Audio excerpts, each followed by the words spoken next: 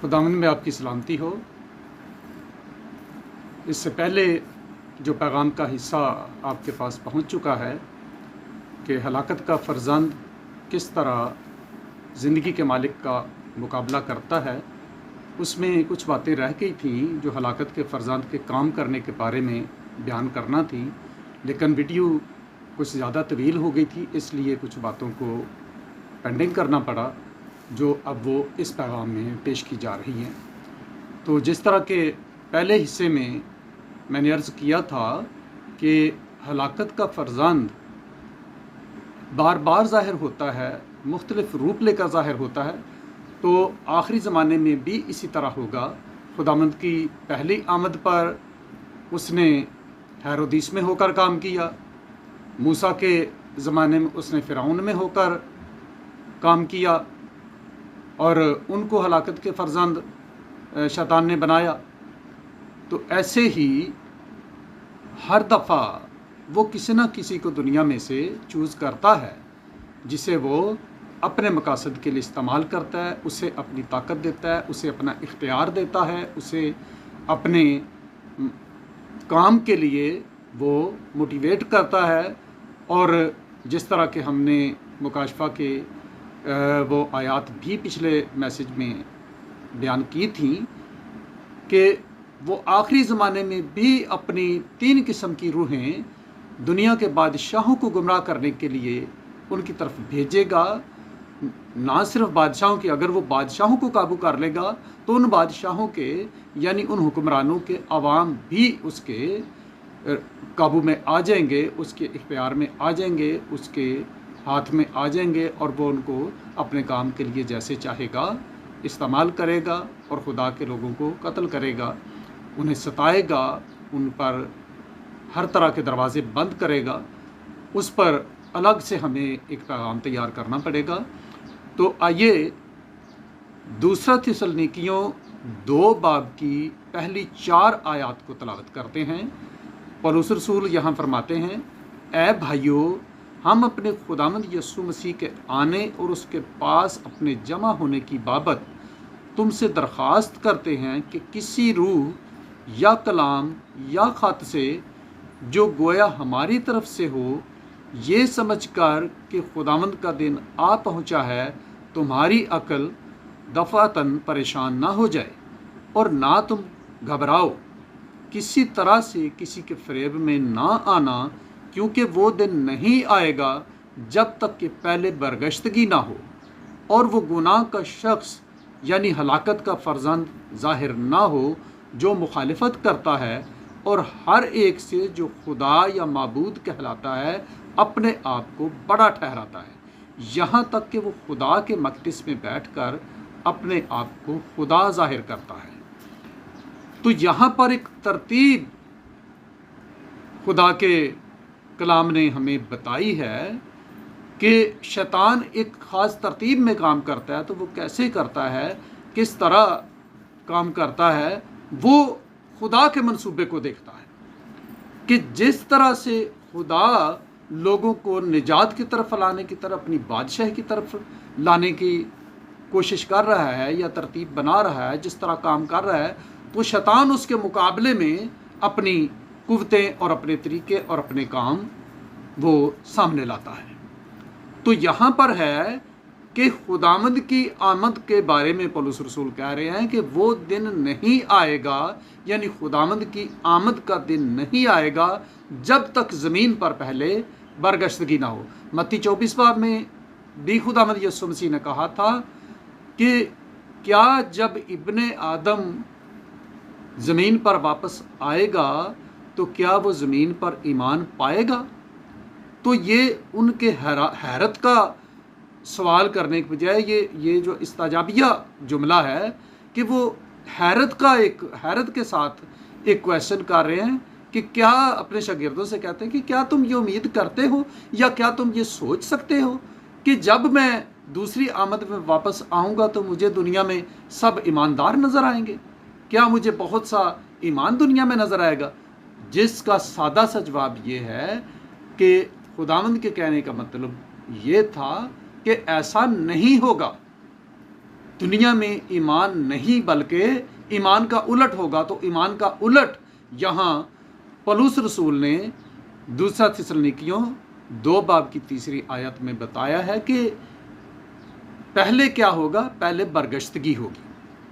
تو اب مکاشفہ 12 باب کی 9 آیت میں ہم نے اس پیغام کے پہلے حصے میں بھی یہاں یہ حوالہ کوٹ کیا تھا کہ جہاں کلام فرماتا ہے اور وہ بڑا اژدہا یعنی وہی پرانا سانپ جو ابلیس اور شیطان کہلاتا ہے اور سارے جہان کو گمراہ کر دیتا ہے، زمین پر گرا دیا گیا اور اس کے فرشتے بھی اس کے ساتھ گرا دیے گئے۔ تو یہاں مکاشفہ 12 باب 9 آیت میں اسے گمراہ کرنے والا کہا گیا ہے، جبکہ دوسرا تسلنیکیوں 2 باب 3 آیت میں کہا گیا ہے کہ وہ ہلاکت کا فرزند جو شیطان کی طرف سے نمائندہ ہوگا، ہلاکت کا فرزند برگشتگی پھیلانے کے لیے آئے گا۔ تو گمراہی اور برگشتگی بالکل ہم معنی الفاظ ہیں۔ برگشتگی فارسی زبان کے مصدر گشتن سے لفظ بنایا گیا ہے۔ تو گشت کا مطلب ہوتا ہے حرکت کرنا، چلنا پھرنا یا کسی راہ پر چلنا۔ تو برگشتگی کا مطلب ہے اپنی راہ سے پھر جانا، اپنی راہ سے ہٹ جانا، جسے دوسرے معنوں میں یہ کہا جائے گا کہ گمراہ ہو جانا، بغاوت کر دینا، اپنے مالک کے خلاف اپنے مالک سے روگردانی کرنا، انحراف کرنا، اپنی راہوں سے پھر جانا۔ تو شیطان کیا کرتا ہے؟ وہ لوگوں کو گمراہ کرتا ہے۔ تو شروع سے لے کر ہی اس نے کیا کیا؟ اس نے لوگوں کو گمراہ کیا۔ خدا نے پیدائش کی کتاب 2 باب 16 اور 17 آیت میں جہاں پر باغ عدن خدا نے لگایا اور وہاں آدم کو رکھا، تو خدا نے وہیں پر اسے کلیئر بتا دیا، اور خداوند خدا نے آدم کو حکم دیا اور کہا کہ تو باغ کے ہر درخت کا پھل بے روک ٹوک کھا سکتا ہے، لیکن نیک و بد کی پہچان کے درخت کا کبھی نہ کھانا، کیونکہ جس روز تو نے اس میں سے کھایا تو مرا۔ اب گمراہی کیا ہے؟ شیطان گمراہ کیسے کرتا ہے؟ پہلے وہ لوگوں کو خدا سے بدظن کرتا ہے، خدا کے کلام سے لوگوں کو بدظن کرتا ہے، ان کو اس سے ہٹ کر کوئی مطلب بیان کرتا ہے۔ تو یہاں پر جب ہم دیکھتے ہیں کہ پیدائش 3 باب کی پہلی 5 آیات میں جب اس نے اماں حوا کے ساتھ گفتگو کی، تو اس نے کہا کہ تم ہرگز نہیں مرو گے، بلکہ خدا جانتا ہے کہ جس روز تم اس پھل میں سے کھاؤ گے، اس منع کیے ہوئے پھل میں سے کھاؤ گے، تمہاری عقل کھل جائے گی اور تم خدا کی مانند نیک و بد کے جاننے والے بن جاؤ گے۔ یعنی اسے وہ سمجھانے کی یہ کوشش کر رہا تھا کہ تم تو اس کے پھل کے کھانے سے خدا کے مقابلے میں خدا جیسے بن جاؤ گے۔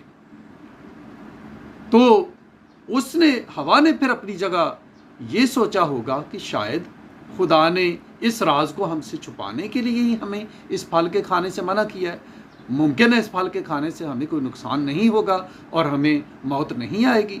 تو وہ اس پھل کو کھانے کی طرف مائل ہوئی، اور جب اس نے محسوس کیا کہ میری سوچ میں اور میری عقل میں فرق آ گیا ہے، جس طرح کہ آدم اور حوا بے لباس کیوں تھے والے میسج میں میں نے عرض کیا تھا کہ اس نے حوا کی سوچ کا اینگل ہی بدل دیا تھا۔ تو یہاں پر بھی اب ہم اسی بات کی طرف آ رہے ہیں کہ اس نے اس کی سوچ بدل کر اسے خدا کی طرف سے بدظن کیا۔ تو وہ کیا کرتا ہے؟ وہ لوگوں کے لیے لاتا ہے گمراہی، مگر اس گمراہی کے آنے سے پہلے ہی خدا اپنے لوگوں کو دیتا ہے آگاہی۔ خدا نے آدم اور حوا کو پہلے سے آگاہی دے رکھی تھی، پھر شیطان ان کے پاس لے کر آ گیا گمراہی، اور جب انہوں نے اس کی بات سنی تو پھر ان کی ہوئی تباہی۔ لیکن شروع سے آخر تک جب ہم کلام مقدس میں मुख्तलिफ़ मिसालें और मुख्तलिफ़ वाक़यात देखते हैं, जैसे बनी इसराइल का मिस्र में से निकल आना, कि जो फिर खुदा की पैरवी करते हैं और इब्लीस की इस गुमराही के ख़िलाफ़ देते हैं गवाही, उनको मिलती है आसमान की बादशाही। जिस तरह बनी इसराइल को खुदा मिस्र की ग़ुलामी से निकाल कर आया, वो ग़ुलामों से वो आका बन गए, वो अपने मुल्क के मालिक बन गए, वो ज़मीनों के मालिक बन गए, वो घरों के मालिक बन गए। वो नौकर ना रहे बल्कि वो आका बन गए।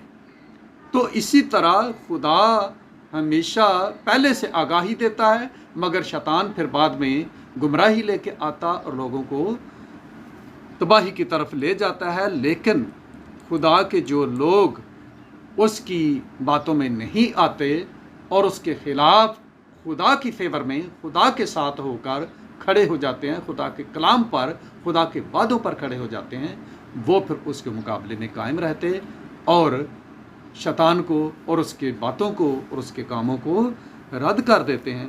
तो यूँ फिर वो गालिब आते हैं। तो मुकाशफा की किताब में, जिस तरह पहले हिस्से में भी मैंने अर्ज़ किया था, कि सातों कलीसियाओं को 7 मरतबा खुदावंद यीशु मसीह ने बार बार ये पैगाम दिया है कि जो गालिब आएगा उसे मैं अपनी बादशाही में फ़लाँ इनाम दूंगा, फ़लाँ इनाम दूंगा, फ़लाँ इनाम दूंगा। सातों की सातों मरतबा खुदावंद यीशु मसीह ने इनाम का वादा किया कि जो कोई शैतान की इस गुमराही पर गालिब आएगा उसे मैं सरफराजी दूंगा, उसे बादशाही दूंगा।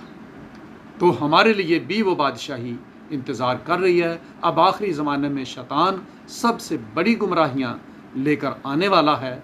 उनके मुकाबले में एक ही काम है कि हम खुदा के वादों पर खड़े रहें, खुदा के कलाम के साथ खड़े रहें। तो बराए मेहरबानी इस चैनल को सब्सक्राइब कर लीजिए और इसे लाइक और शेयर करना कभी ना भूलिए।